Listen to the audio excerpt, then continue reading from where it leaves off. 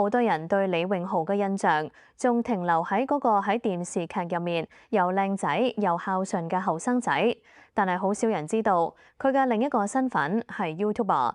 呢一次呢對父子終於決定一齊開 YouTube， 而呢條首播片就由李榮豪同佢老豆鼎爺一齊坐低，慢慢咁同大家講返一個又一個藏咗好多年嘅故事。片一開頭，鼎爺就同大家報咗一個好消息，佢嘅身體而家復原得好好，而且好得好快。佢可以好返得咁快，其中一個最大嘅原因係屋企人對佢真係太好，由朝到晚都有人照顧住佢，斟茶遞水，佢根本唔使開口出聲。身邊嘅人已經樣樣都打，點得妥妥當當。一個老人家最緊要嘅就係身邊有人識，有人湊，呢一點佢哋一家做得好足。李榮豪喺旁邊補充話：老豆仲有一個好明顯嘅轉變，就係胃口好咗好多。以前鼎爺唔係咁肯食嘢，要李榮豪太太同屋企人兩個人輪流氹佢、餵佢，又要逼佢食，又要喺佢身邊湊住佢先肯喐啖。而家完全唔同，佢一日可以食到4餐，主動好多，落手落腳食得落。一個由逼先肯食變到主動食4餐嘅對比，睇喺一家人眼裏面就係最大嘅安樂。某程度上呢條片都係想記低呢一段好返嘅日子。講完近況，李榮豪就開始同大家數。自從預告咗呢個頻道之後，觀眾留低嘅一個又一個願望。第一樣，好多觀眾想睇鼎爺煮嘢，鼎爺喺廚房嘅功架，觀眾一直都好欣賞，所以呢個系列李榮豪講得好肯定，一定會做。佢哋會拍鼎爺落手落腳整餾，有舊式嗰啲傳統菜，亦都會試下整啲新派新興嘅嘢，由買開始，現手落鑊，由揭料調味都上碟，遠部影晒俾大個睇。第二樣，有唔少觀眾想睇李榮豪同佢新抱一齊落廚，呢樣嘢佢都聽到大家嘅心聲，話會安排，等觀眾睇下佢哋一家人喺廚房裏面係點樣相處。一家人圍埋一齊整餐飯，有講有笑，有時又會嗌交，呢一種真實畫面先至最得人中意。第三樣，好多人中意聽鼎爺講古。鼎爺肚裏面嘅古仔多到講3日3夜都講唔晒，尤其係以前廣州同香港嘅舊事。李榮豪話自己最中意聽老豆講以前喺邊度拍戲，去過邊間戲院，舊區舊街嘅樣貌，每一段都係活生生嘅歷史。呢啲嘢而家好難引得返，聽得一次得一次，所以佢特別想用條片將老豆親口講嘅故事好好咁保留落嚟。數完觀眾嘅願望清單，話題就轉到一個對李榮豪嚟講好特別嘅地方，就係九龍城。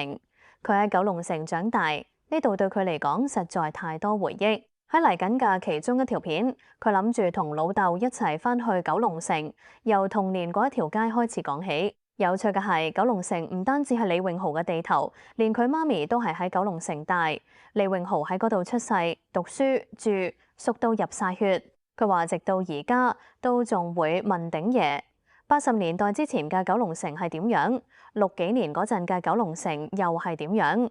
鼎爺同太太喺嗰個年代喺嗰度生活，佢哋記得嘅一個九龍城，同李榮豪記得嘅一個九龍城係兩個完全唔同嘅時空。父子兩代人講同一個地方，呢一種對照先至最有味道。老一輩眼中嘅舊九龍城，後生一代眼中嘅九龍城，擺埋一齊就拼到出一幅好完整嘅畫面。提起九龍城，就一定要講返九龍城寨。鼎爺同李榮豪憶述，80年代之前，城寨外面嗰條路根本就係一條馬路嚟㗎。嗰陣時，李榮豪仲好細個，帶佢去嘅係鼎爺同佢媽咪。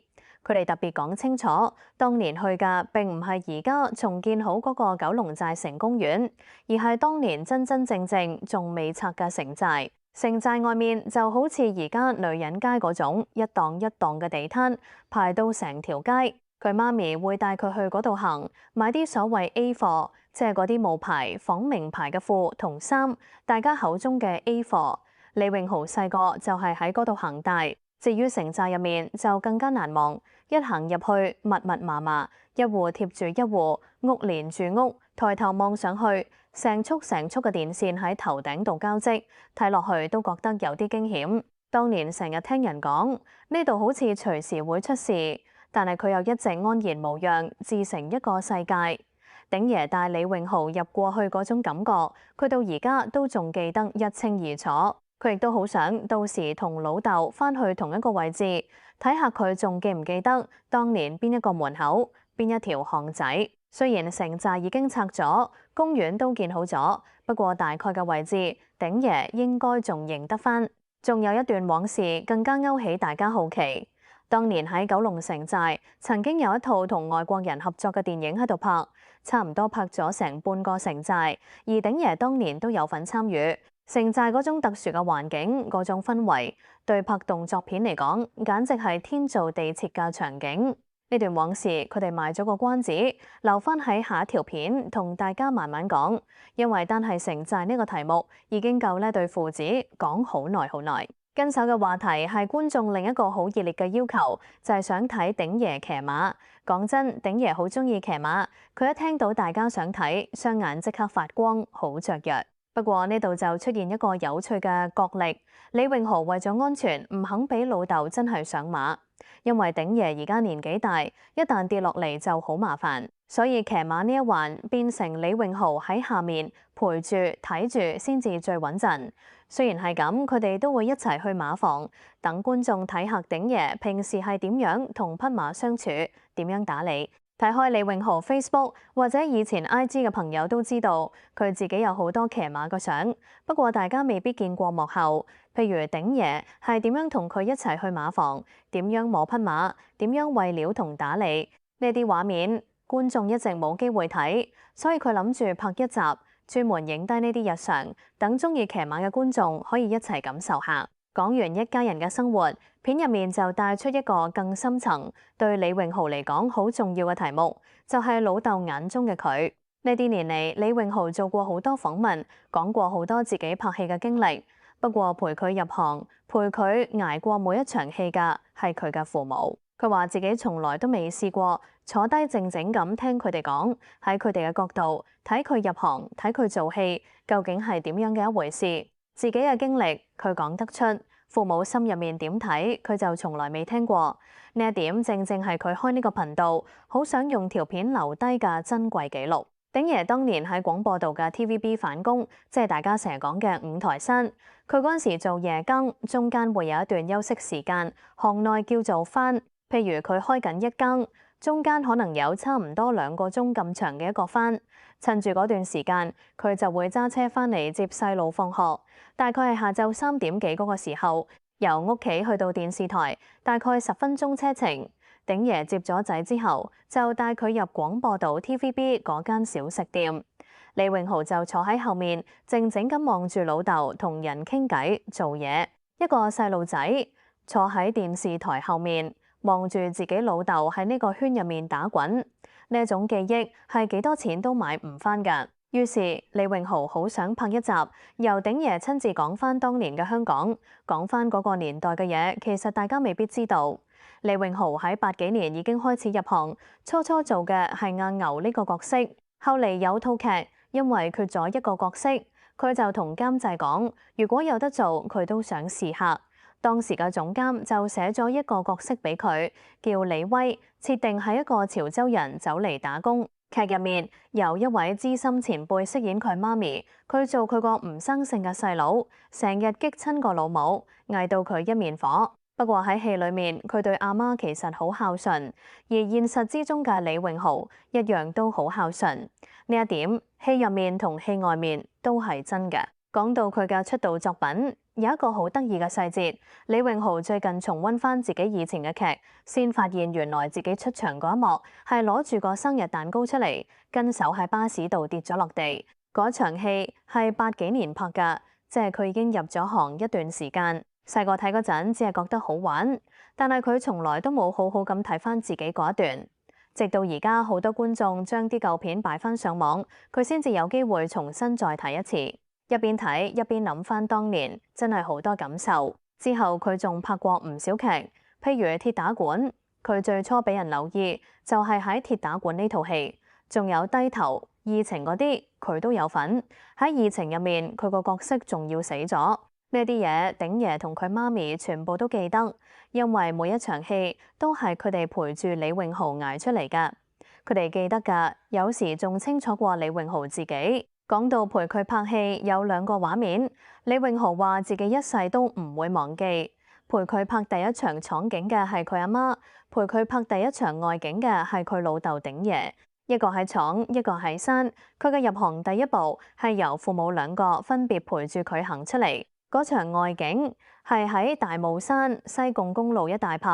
嗰陣時喺現場食緊飯盒，拍完第一個鏡頭之後，鼎爺就帶仔去飲茶。佢飲飲下，望住個仔，同佢講咗一番説話。佢話：靚仔，你今日拍完呢一場之後就唔會再咁得閒同我飲茶。其實鼎爺開頭唔多想個仔入行，佢同個仔講：有冇搞錯？我帶你嚟睇咋？點知你今日真係拍埋一份。